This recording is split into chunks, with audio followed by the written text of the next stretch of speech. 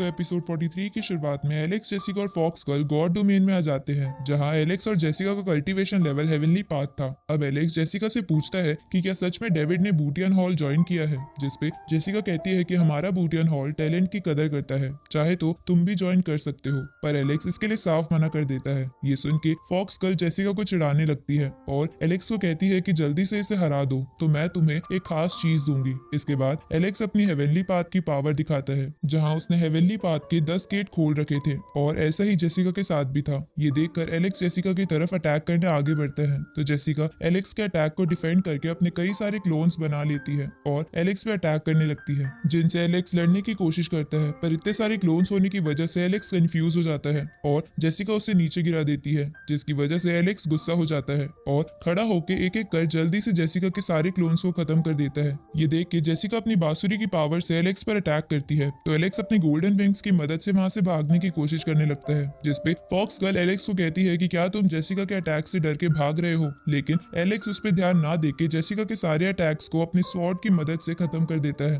और उस पे गॉड स्टोन से हमला करता है। लेकिन जेसिका अपनी बांसुरी की मदद से गॉड स्टोन को दूर फेंक देती है। ये देखकर एलेक्स जेसिका पे लायन बीस्ट की टेक्निक इस्तेमाल करता है, लेकिन जेसिका पर इसका कोई असर नहीं होता और वो एलेक्स से तलवार की मदद से लड़ने लगती है, जहां वो दोनों एक दूसरे को बराबर की टक्कर दे रहे थे। तो एलेक्स अपनी एनर्जी तलवार में डाल के जेसिका की तरफ बढ़ता है। तभी फॉक्स गर्ल जेसिका को अपनी पावर्स की मदद से एलेक्स की तरफ फेंक देती है, जिसकी वजह से जेसिका एलेक्स की बाहों में आ जाती है और उसका मास्क भी उतर जाता है, जिसे देखकर एलेक्स हैरान हो जाता है क्योंकि जेसिका बहुत ही ज्यादा सुंदर थी। तभी फॉक्स गर्ल एलेक्स को कांग्रेचुलेट करते हुए बोलती है कि तुम्हें तुम्हारा गिफ्ट मिल गया। ये सुन के जेसिका पीछे हटके एलेक्स को चाटा मारती है, जिसपे एलेक्स कहता है कि इसमें तो मेरी कोई गलती नहीं थी। पर जेसिका वापस से रियल वर्ल्ड में आ जाती है, तो फॉक्स गर्ल एलेक्स को भी रियल वर्ल्ड में ले आती है, जहां फॉक्स गर्ल बताती है कि ये बस जेसिका की स्पिरिचुअल बॉडी है। ये सुन के एलेक्स चौंक जाता है क्योंकि उसकी स्पिरिचुअल बॉडी ही इतनी ताकतवर थी, तो वो असलियत में कितनी ताकतवर होगी। अगले दिन उस एम्परर के बर्थडे के लिए एक बहुत बड़ा फंक्शन ऑर्गेनाइज होता है,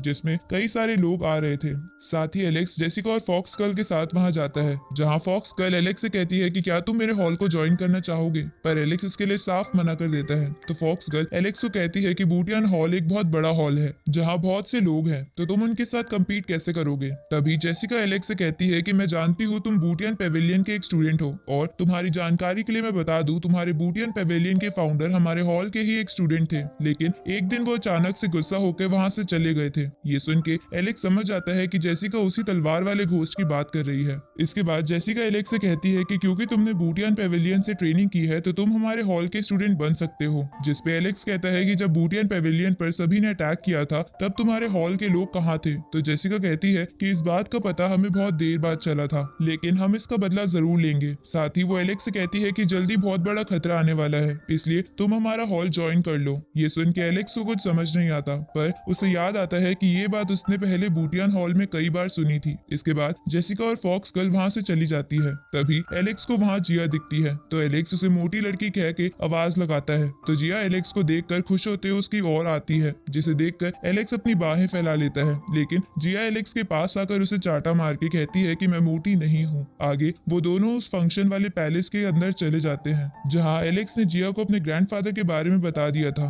जिसपे जिया कहती है कि मैं तुम्हारे ग्रैंडफादर के बारे में पता लगाने में जरूर हेल्प करूंगी। तभी वहाँ पे मार्क और उसका वही स्पाइडर मास्टर आ जाता है, जिन्हें देखकर एलेक्स को गुस्सा आने लगता है। इसी बीच वहाँ चुपके से रूबी भी आ जाती है, क्योंकि वो एलेक्स के सामने नहीं आना चाहती थी। इधर जिया एलेक्स को कहती है कि तुम्हें उन्हें देखकर इतना गुस्सा नहीं करना चाहिए, नहीं तो वो तुम्हें मार देंगे। जिसपे एलेक्स कहता है कि मैं उसे जानता हूँ, साथ ही ये भी कि उसकी फैमिली के पास एक स्पाइडर फॉर्म है। इसके बाद एलेक्स जिया को जेन की स्पाइडर की वही टांग दिखाता है, जिसे एलेक्स ने खाने के लिए पका लिया था। ये देखकर जिया हैरान हो जाती है और उसे वो स्पाइडर का लेग पीस छुपाने को बोलती है, लेकिन एलेक्स तो सबके सामने उस पर मसाला डालकर उसे खाने लगता है। तभी मार्क का मास्टर भी उसे देख लेता है और ये देखकर बहुत गुस्सा हो जाता है, क्योंकि जेन उसका ग्रैंडसन था। तो एलेक्स उसे वही बाउल दिखाता है जिसमें उसने जेन को कैद कर रखा था, जिसपे मार्क का मास्टर कहता है कि आज मैं तुम्हारे टुकड़े टुकड़े कर दूंगा। तभी जिया एलेक्स से वो लेग पीस छीन के कहती है कि जेन मुझे छेड़ रहा था, इसलिए मैंने उसे कैद कर लिया, इसमें इसकी गलती नहीं है। ये सुन के मार्क का मास्टर कहता है कि मैं जानता हूँ तुम इसे बचाने के लिए ये सब कह रही हो, इसलिए मैं तुम्हारे फादर से बाद में बात करूंगा।